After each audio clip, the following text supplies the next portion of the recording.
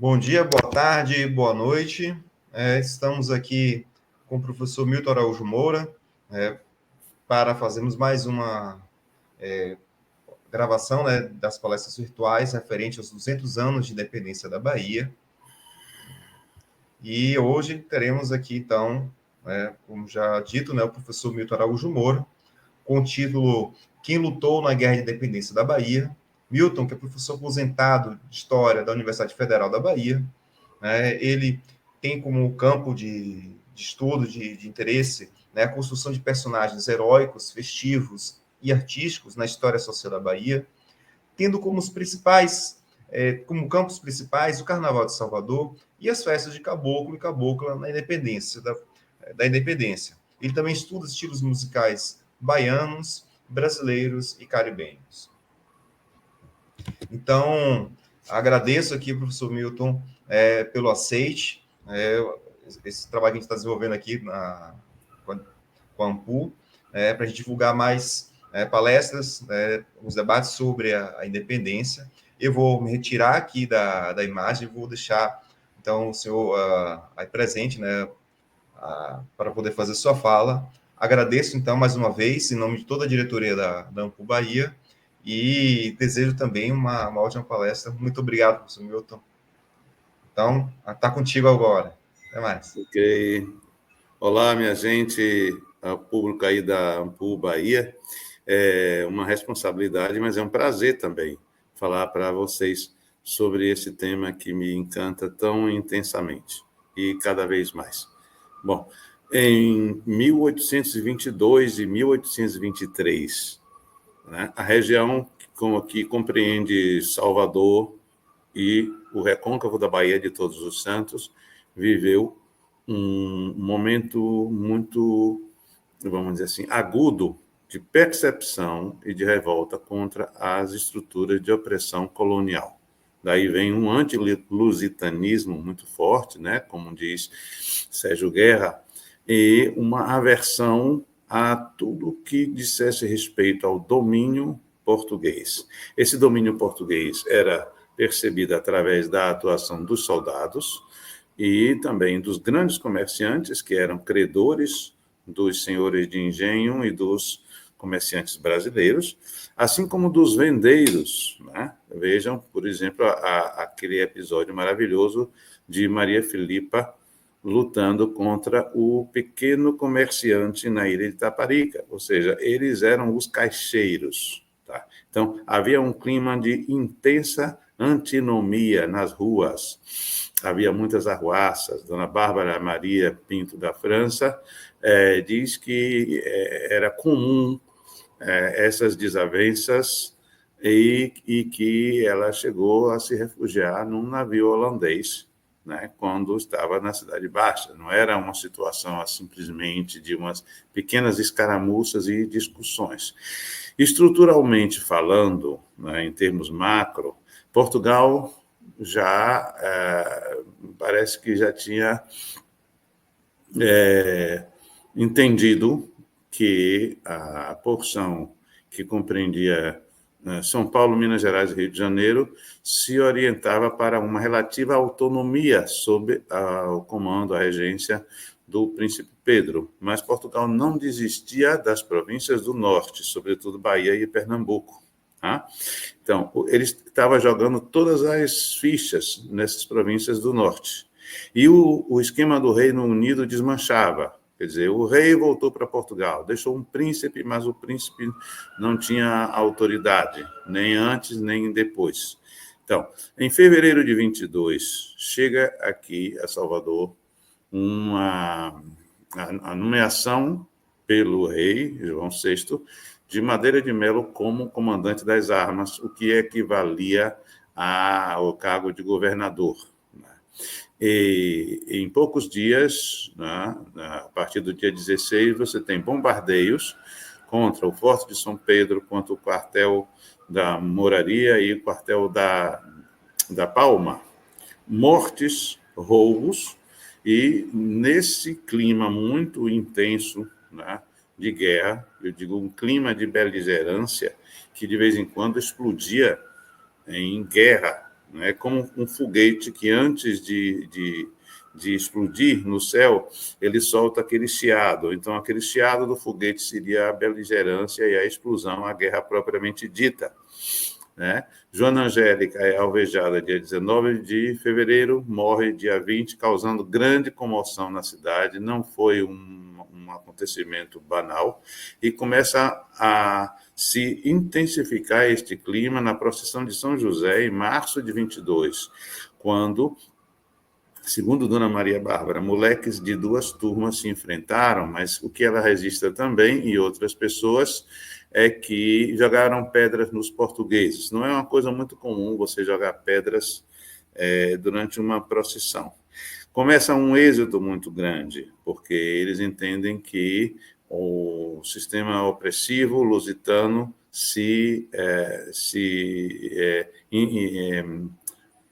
começa um êxodo muito grande, né? Começa um êxodo acentuado para o Recôncavo, porque o pessoal entendia que recrudescia a dominação lusitana, né? E numa cidade que não era tão grande naquele tempo, vamos supor 50 mil habitantes, de Salvador e seus arredores, as notícias corriam muito rapidamente de boca a boca. Começa a se perceber muito claramente uma antinomia irredutível entre a palavra do príncipe Pedro, no Rio de Janeiro, e do brigadeiro Madeira de Melo. O príncipe Pedro manda ele embora. Vai embora, tudo que está acontecendo de ruim é culpa sua. O brigadeiro diz, eu recebo ordens do rei, como quem diz assim, você não manda em nada. Então, as câmaras do Recôncavo começam a se organizar, né, para fazer frente a isso. As cidades, as vilas maiores do Recôncavo, que são Cachoeira, São Félix, Maragogipe, São Francisco do Conde, Santo Amaro da Purificação. Ao mesmo tempo, os representantes da Bahia nas cortes de Lisboa começam a debater em função de duas posturas, ou manter e reforçar a condição de Reino Unido, ou a República Independente. No caso, Cipriano Barata chegou aí às vias de fato com Luiz Paulino. Luiz Paulino era mais pelo meio, queria uma saída mais, vamos dizer assim, mais ajeitada, né? E baiano ele também. E Cipriano Barata era republicano, tá? E esse clima vai se expressar na cerimônia que houve em 25 de junho, em Cachoeira, quando a Câmara declarou o príncipe Pedro defensor perpétuo do Brasil. Ou seja, é uma espécie de proto-imperador, né? Isso era uma declaração de guerra a Madeira de Melo e Portugal. Inclusive, o próprio Madeira de Melo manda uma embarcação para abrir fogo contra a Vila da Cachoeira, na qual foi alvejado o tambor Solidade. Então, era já uma manobra de guerra, uma manobra bélica, né? Quer dizer, são soldados que vão com um objetivo claro de fazer frente a uma postura. Havia muitas pessoas ali no cais da Cachoeira e a Câmara de Santo Amaro já havia se posicionado, poucos dias depois foi a vez de São Francisco do Conde, e no dia 29 de junho você tem a Batalha do Funil, que foi de proporções assim, não tão assim, majestosas, mas foi fundamental para deixar claro que a passagem a oeste de Itaparica estava guarnecida por milícias. Você não tinha ainda propriamente um exército libertador, tal como foi chamado depois, né? Isso foi organizado sobretudo com a vinda do general Lavati, do Rio de Janeiro. O que havia antes eram muitas milícias que foram congregadas por Periquitão, avô do nosso querido Castro Alves, mas que não tinha uma organização em termos de colunas, de fileiras. Tá? É interessante a gente ver como a guerra vai se estruturando em múltiplas frentes, não é alguma coisa que tenha uma linearidade, né? Quem começou, né? quem avançou, né, a quantidade de soldados que chegava do Rio de Janeiro não passava direto pela Baía de Todos os Santos, ela ia primeiro, esse pessoal vinha também com os pernambucanos, alagoanos, sergipanos, Labati passou, inclusive, por Feira de Santana, que naquele tempo não era tão significativa como é hoje, e arrebatando gente, arregimentando forças, né? E isso vai mostrar para Madeira de Melo que ele não, sozinho, não ia conseguir fazer frente aos brasileiros, inclusive com a liderança do mercenário Labati.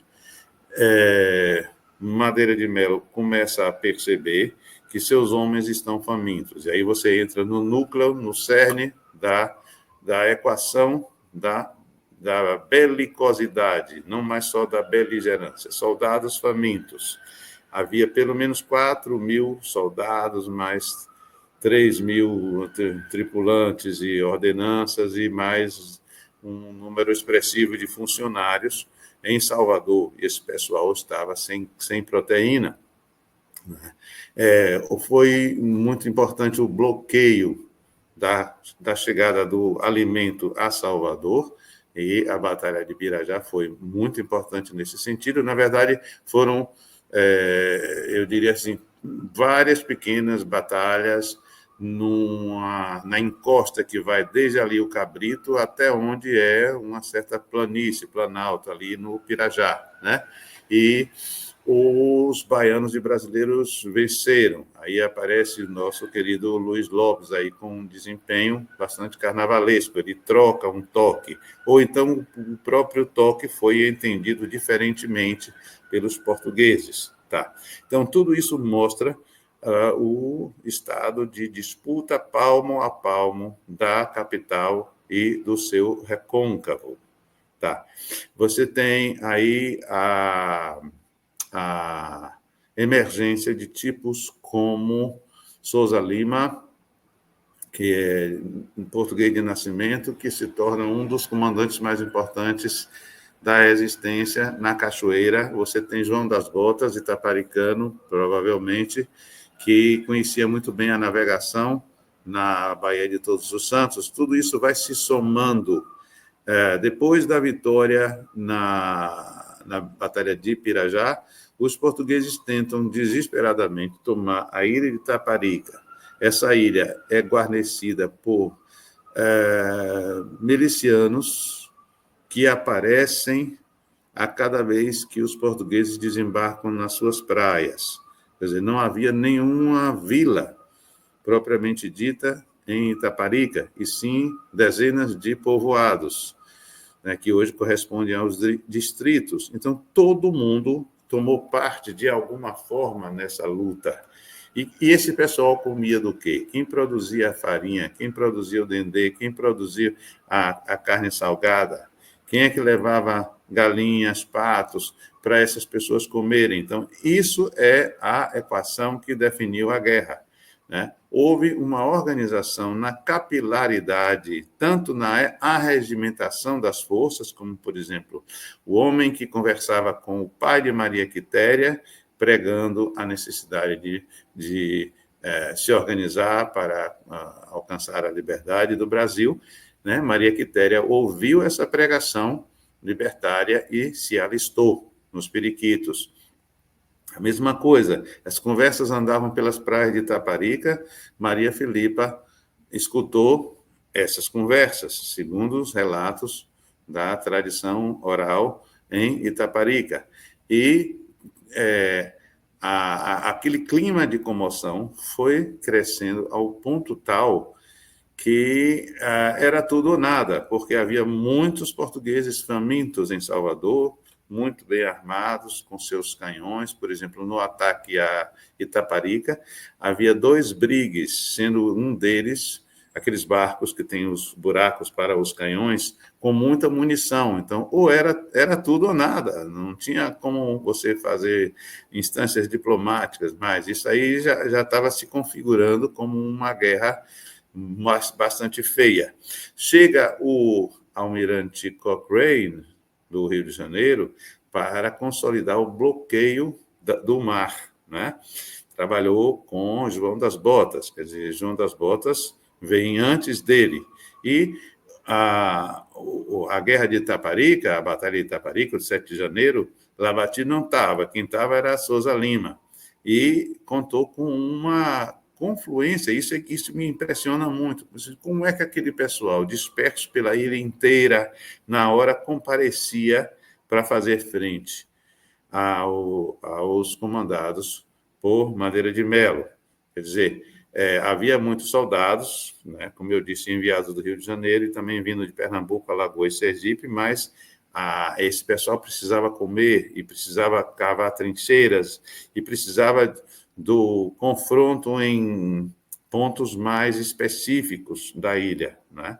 Tudo isso foi se acumulando, se avolumando ao ponto tal que, não chegando os reforços solicitados por Madeira de Melo a Portugal e não podendo os portugueses resistirem mais, eles tiveram que, no dia 2 de julho, ir embora, né? Agora, o que eu acho mais interessante, quando a gente pergunta quem lutou na Guerra de Independência, é como nós baianos, e não somente nós baianos, outros brasileiros, criamos as figuras, os personagens dos nossos heróis.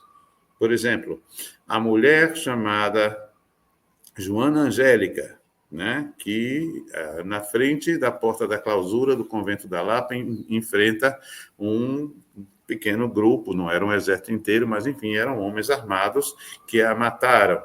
Então, isso causou uma revolta e uma comoção popular acentuada, como se vê, por exemplo, nos versos da menina Valéria, né, que estão na Biblioteca Nacional.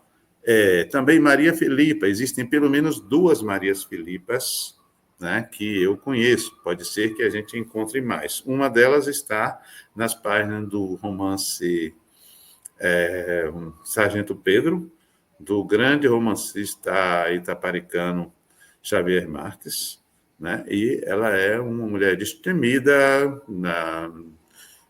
preta, pobre.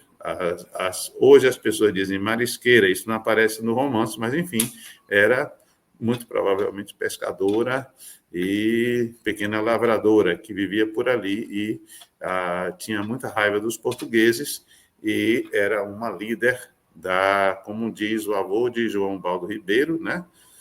O Baldo Osório, as mulheres da banda da praia. Então, todas essas mulheres, junto com a nossa querida Maria Quitéria também. Quem que é Maria Quitéria? É uma moça da roça. Ela não era pobre, não tinha sido escrava, mas ela deixa o sítio do pai, onde ela um dia provavelmente viria a se casar, a ter filhos, quer dizer, dentro dos padrões da normalidade da época, né, de um pequeno campesinato, e vai lutar. Então, essas 3 mulheres, principalmente, é possível que apareçam outras, né, foram importantes para marcar a presença feminina nessa guerra. Mas eu dizia sobre 2 Maria Filipas, porque nós achamos, na verdade, quem achou foi o professor Wellington Castellucci, da UFRB, a presença de uma mulher chamada Maria Filipa, que consta como preta, pobre e analfabeta, preta, pobre, analfabeta, né, que consegue ganhar uma causa na justiça em 1834, num júri em que, dos 23 jurados homens, socialmente brancos, ela obtém 21 votos a favor.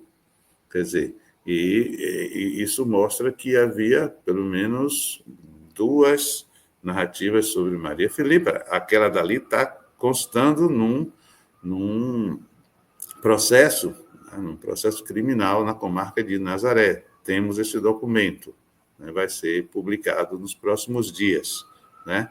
Você vê que os heróis que o pessoal gosta de exaltar são heróis extraordinários. Eu não gosto quando se diz que são heróis excepcionais, como se eles fossem exceção. Eles são extraordinários, né? Eles carnavalizam a configuração da guerra. Por exemplo, Luiz Lopes, que trocou o toque, né? Como diz a canção da Baiana System, né? Quer dizer, ele exerceu um papel importante em mudar a configuração da guerra. É isso que a troca do toque quer dizer. João das Botas, que conhecia muito bem o movimento das marés, a posição dos bancos de areia, ali, por exemplo, na região de Caixa Prego, perto do funil, aquele ponto mais próximo entre a ilha e o continente, onde hoje fica a ponte do mesmo nome. Então, ele foi essencial nesse front, vamos dizer assim, nessa parte da guerra, tá? E outros também, como o tambor solidário, como é muito importante o que Antônio Parreira faz, colocando o tambor solidário alvejado no centro e na frente do quadro, em que aparece a Praça de Cachoeira, com a aclamação do príncipe, mas o príncipe já do lado, né? No centro está a multidão e, em primeiro plano, o próprio tambor solidário. Então, todos esses personagens que são extraordinários na sua montagem cênica, né? Como fosse uma coreografia da guerra, mostram que o povo todo participou. Soldado não pode ficar com fome, e foi o povo que alimentou essas tropas, tanto as que vieram de fora, como as milícias que foram organizadas aqui na Bahia. Essa guerra diz respeito a muitas outras vilas e regiões, como, por exemplo, os Encorados de Pedrão, né? Como, por exemplo, os arregimentados de Caetité, e vários soldados que vinham, né? Como eu já disse, de Pernambuco, Alagoas, Sergipe. Então, foi uma guerra de todos. Havia muito medo, respirava-se o medo, né? Quem cuidava dos feridos, né?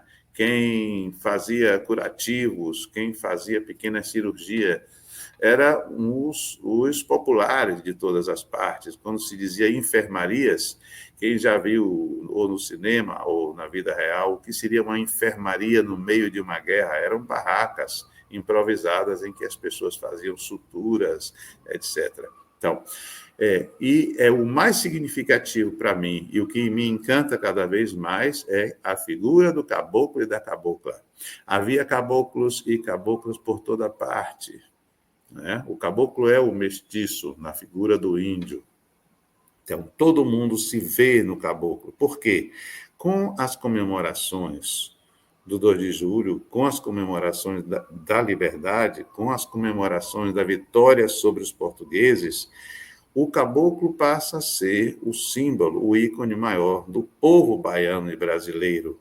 Então, todo mundo se vê ali. Ele não foi inventado por causa das comemorações, e sim, em virtude dessa ocasião, aproveitando essa ocasião, os populares, as pessoas, né, colocam as pessoas do povo, assim como seus governantes, não conheço registro que militares tenham feito isso, colocam sobre carroças verdes e amarelas caboclos e caboclas em várias cidades, naquele tempo, várias vilas e povoados, até a pequena Bom Jesus dos Passos tem o seu caboclo, que passa no 2 de julho.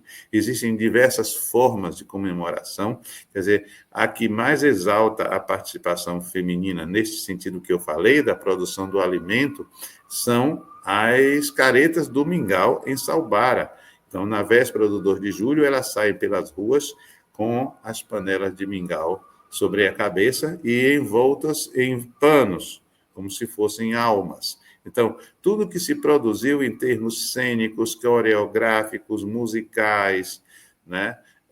A indumentária, tudo que nós podemos hoje admirar, tudo isso é a representação e a reafirmação da presença do povo junto com o Exército, junto com os líderes como Souza Lima, durante um curto período, até certo ponto, Labati, Cochrane, e a figura comum de Periquitão e muitos outros que a gente não guardou o nome, né? Tudo isso é importante para entender que essa guerra foi uma guerra de todos.